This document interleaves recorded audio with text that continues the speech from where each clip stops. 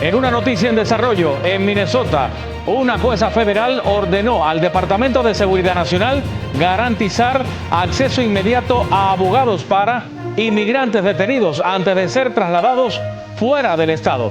La Corte concluyó que los obstáculos para contactar defensa legal podrían estar violando derechos constitucionales de los detenidos. La orden es temporal por 2 semanas, mientras el gobierno defiende su operativo migratorio.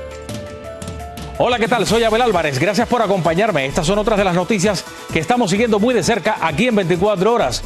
El reloj corre en Washington y el Departamento de Seguridad Nacional está al borde del cierre. El Senado no logró un acuerdo para aprobar su financiamiento.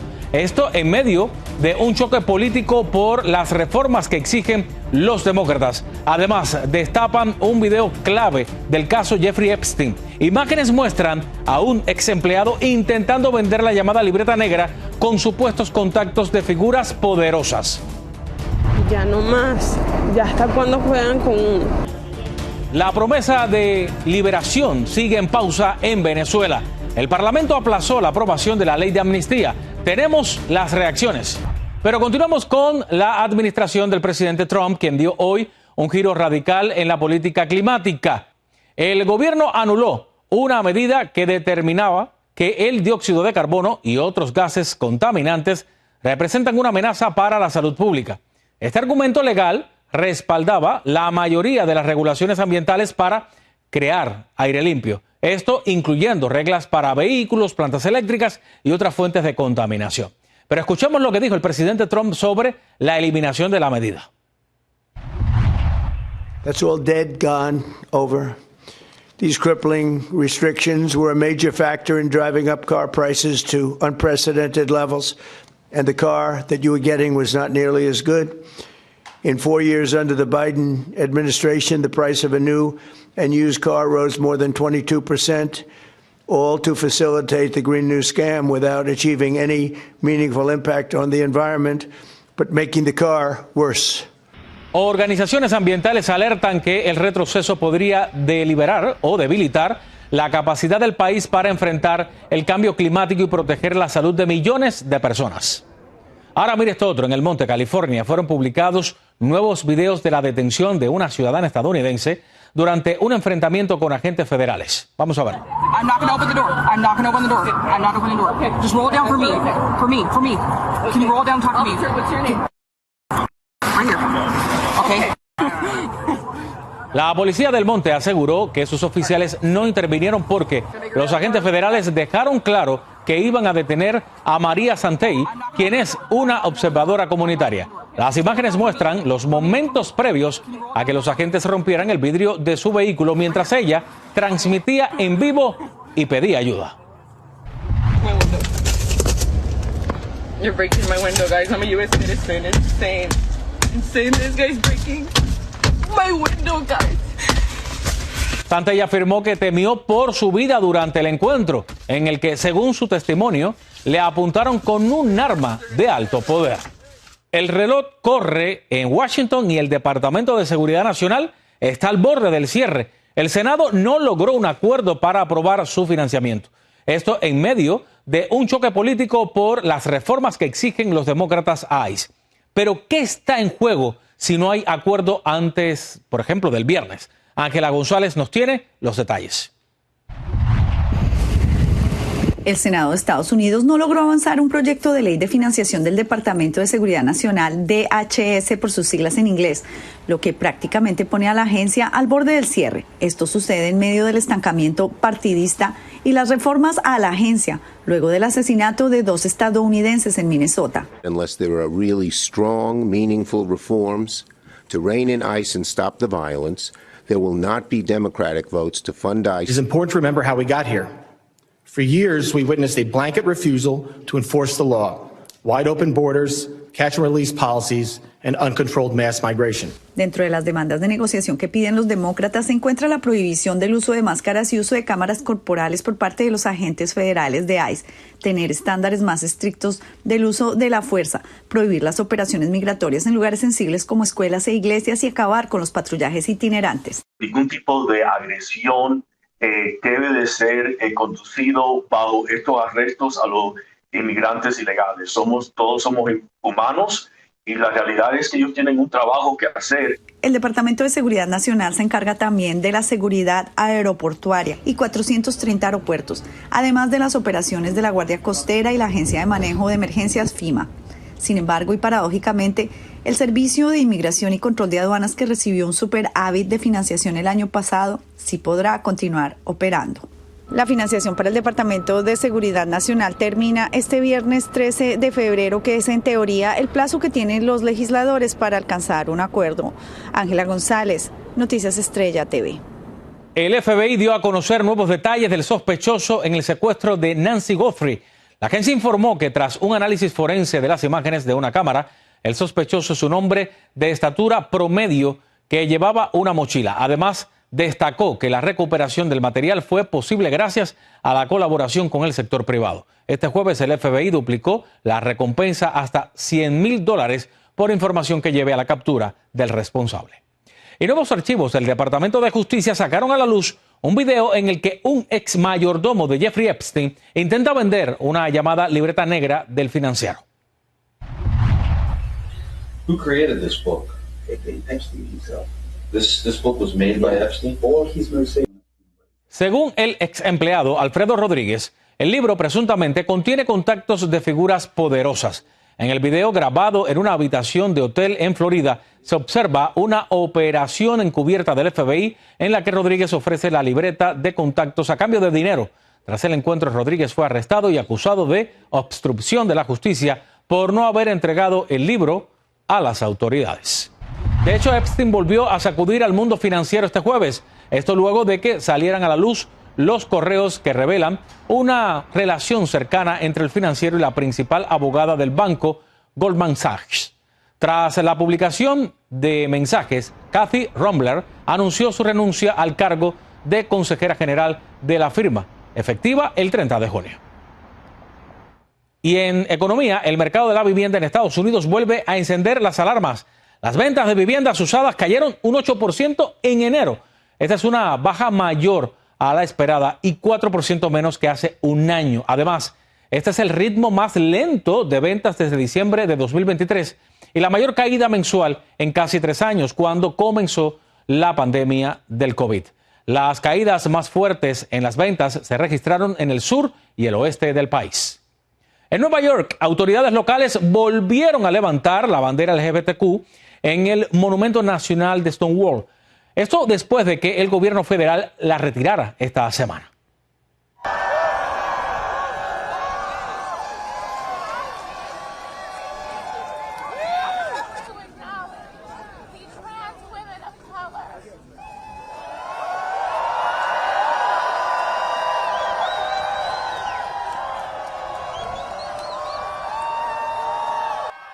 La medida, que desató protestas y rechazo de activistas, fue calificada por el Departamento del Interior como un acto político. Stonewall es un símbolo histórico del movimiento por los derechos civiles de personas LGBTQ en Estados Unidos. Con eso nos vamos a una pausa, pero no se muevan porque hay más al regresar. El gobierno de Colombia declara emergencia económica en 8 departamentos por las lluvias devastadoras del norte del país. Ya no más. Ya hasta cuando juegan con uno. La promesa de liberación sigue en pausa en Venezuela. El Parlamento aplazó la aprobación de la ley de amnistía. Tenemos las reacciones cuando regresemos.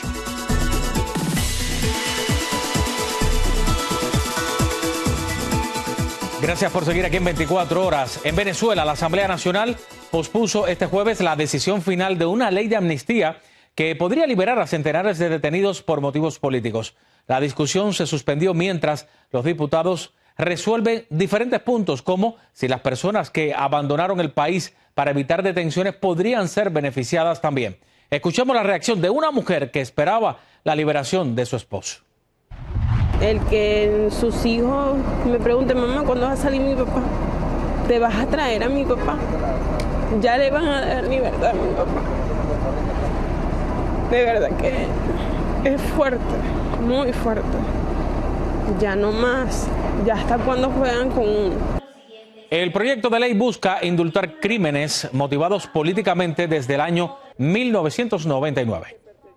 Y el secretario de Energía de Estados Unidos recorrió este jueves Venezuela, a una importante compañía petrolera, sí, ahí en Venezuela. El secretario estuvo acompañado por la presidenta interina Delcy Rodríguez durante su visita a Petro Independencia, una empresa conjunta con Chevron y la estatal Petróleos de Venezuela. Pero mientras el gobierno de Venezuela impulsa la reactivación de la industria petrolera en algunas comunidades, los que pagan el precio son los pescadores. Aguas contaminadas están asfixiando el sustento de familias enteras. Lo que antes era abundancia, ahora es escasez. Michelle Pineda nos tiene la historia de los pescadores. Este es el amanecer en el lago de Maracaibo, en Cabimas, Venezuela, donde los pescadores salen cada día con menos esperanza y regresan con redes casi vacías. La contaminación por derrames de petróleo ha golpeado esta zona de agua que antes alimentaba a miles de familias. Éramos ricos, no lo sabíamos, porque primero y principal, el producto nunca se nos abollaba, siempre teníamos a la mano el comprador. Hoy en día no. ¿Y qué más te puedo decir sobre el petróleo? Esa es la contaminación del lago. Tenemos que batallar con ello. En los últimos meses, el gobierno de Venezuela ha impulsado la reactivación del sector petrolero, esto tras la flexibilización de algunas sanciones de Estados Unidos. Antes el pescado se vendía fresco de inmediato, pero ahora puede tardar semanas en salir.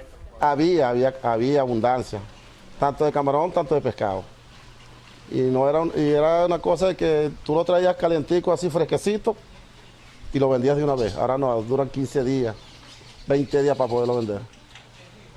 Y entonces ahí se acumula el gasto, el pescado enhielado, definitivamente corriendo el riesgo de un apagón, de una luz de 24 horas, pierde uno todo, totalmente todo.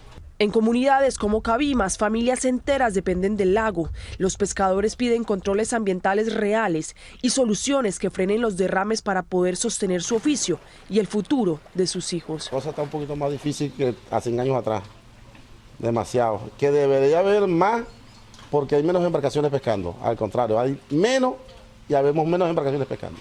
Para Estrella TV, Michelle Pineda. Y ahí en la región, la aerolínea colombiana Avianca ha reanudado su ruta directa entre Bogotá y Caracas. Después de meses de suspensión, los vuelos diarios comenzaron a operar este jueves. La suspensión de los servicios se había producido en noviembre de 2025 cuando la autoridad de Avianca venezolana canceló los permisos de operación. Sin embargo, ahora Avianca se compromete a mantener este enlace diario entre ambas ciudades. De hecho, Colombia declaró emergencia económica en 8 departamentos de su gobierno. Esto para financiar ayuda en las regiones afectadas por las fuertes lluvias al norte del país. Las autoridades estiman que la recuperación podría costar miles de millones de pesos. Tan solo el Ministerio de Hacienda calcula que se necesitarán unos 8 billones de pesos para reconstruir las zonas afectadas. La temporada de lluvias ya deja al menos 18 muertos y más de 69,000 familias damnificadas en decenas de municipios. Y en medio de una crisis energética que golpea la vida diaria de millones de cubanos, 2 barcos mexicanos llegaron este jueves al puerto de La Habana con ayuda humanitaria, un gesto que ocurre pese a las advertencias de Washington sobre posibles sanciones a los países que apoyen a la isla. María Teresa Sarabia nos tiene más detalles. 2 barcos mexicanos ingresaron este jueves con ayuda humanitaria al puerto de La Habana. Esto en medio de la crisis energética que vive Cuba. La llegada ocurre después de que Washington advirtiera posibles sanciones y aranceles a países que suministren petróleo a la isla. Hemos planteado que México pone todo de su parte para poder generar un diálogo que permita, en el marco de la soberanía. Mientras tanto, en los barrios de La Habana la crisis se siente en una economía paralizada por la falta de combustible. El impacto ahora llega hasta las escuelas. Para ahorrar energía, el Ministerio de Educación redujo los horarios en varios municipios. Yo me levanto a las 3:30, 4 de la mañana a poder preparar las cosas antes que se me vaya la corriente por la mañana. Para que esta niña entonces se me levanta a las 5 de la mañana, caminando a expensa de que pase cualquier cosa, porque la gente ya no cree en nadie. Entonces, ¿cómo hago? Autoridades aseguran que buscan proteger a los más pequeños del peor impacto de la crisis, priorizando la asistencia presencial en la escuela. La situación energética actual está muy complicada. La escasez de combustible ha golpeado el transporte, las comunicaciones, el suministro eléctrico en toda la isla, agravando una crisis económica marcada por apagones y falta de alimentos. Llegamos a la casa y entonces un poco complicado a la hora de hacer las tareas, el estudio, las labores domésticas, una lámpara, alumbra de mamá me falta, pero bueno, vamos resolviendo el problema. María Teresa Sarabia, Noticias Estrella TV. Javier Duarte reapareció ante un juez federal en el reclusorio norte, donde fue imputado nuevamente. Sin embargo, el ex gobernador de Veracruz afirmó que le están fabricando casos para mantenerlo encarcelado. El juez respondió que los señalamientos políticos están fuera de su función y defendió la independencia del Poder Judicial. En México, la histórica reducción de la jornada laboral a 40 horas semanales ya es una realidad en papel. Pero mire, para miles de empleados, menos horas no necesariamente significa menos trabajo.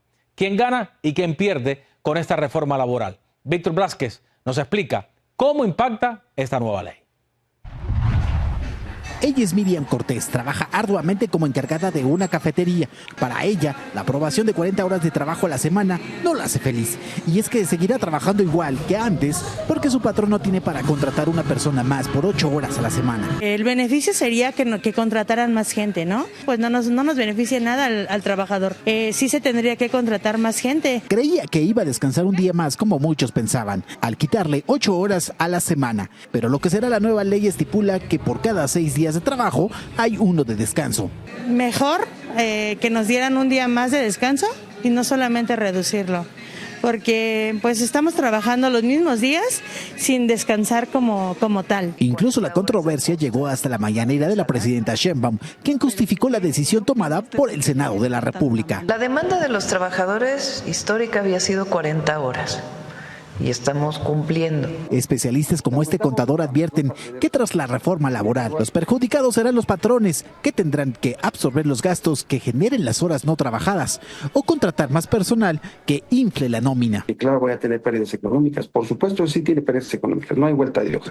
No lo hablo yo por los días de descanso, sino yo hablo por la jornada de trabajo que sí tiene un efecto monetario que va, tal vez para cubrir eso van a tener que contratar a más personas o dar más tiempo extra. Lo que sigue es que los cambios hechos se aprueben en la Cámara de Diputados y en los congresos locales y se publique en el Diario Oficial de la Federación. Cabe destacar que la jornada laboral irá disminuyendo de forma paulatina. Comenzará en 2027 para llegar al 2030.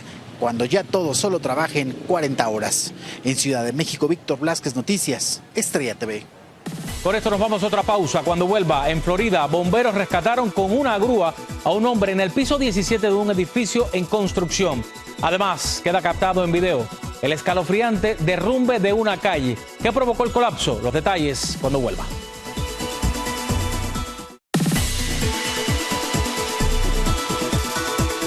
Óigame, un ucraniano fue descalificado en la Olimpiada Invernal por intentar usar un casco en el que homenajeaba a deportistas caídos en la guerra con Rusia. El Comité Olímpico Internacional explicó que el atleta de Skeleton pretendía competir en Milán con el casco con imágenes de 24 atletas ucranianos fallecidos. El organismo defendió su posición porque el ucraniano habría violado las normas establecidas. En Shanghái hoy se registró un enorme derrumbe por la construcción de una obra subterránea. Mire el momento. El asfalto cedió y una céntrica calle se vino abajo, al parecer por un error de cálculo, generando caos y pánico. Operadores y personas que se encontraban cerca corrieron despavoridos para alejarse del inmenso socavón que abarcó varios metros. Por suerte, no hubo reportes de muertos y heridos, pero mire nada más la magnitud del socavón. En Florida, bomberos rescataron con una grúa a un hombre que se descompensó en el piso 17 de un edificio en construcción. Ante la imposibilidad de bajarlo por las escaleras o ascensores, los rescatistas coordinaron la maniobra con una grúa del sitio de obra para evaluarlo de manera segura. Autoridades informaron que el hombre fue atendido por paramédicos y trasladado más bien a un hospital. Y con esto vamos llegando al final. Soy Abel Álvarez. Gracias por informarse conmigo aquí en 24 horas. Por favor, si puede, baje la aplicación de Estrella TV para que no solo nos vea a nosotros, sino toda la programación que tenemos ahí. Gracias.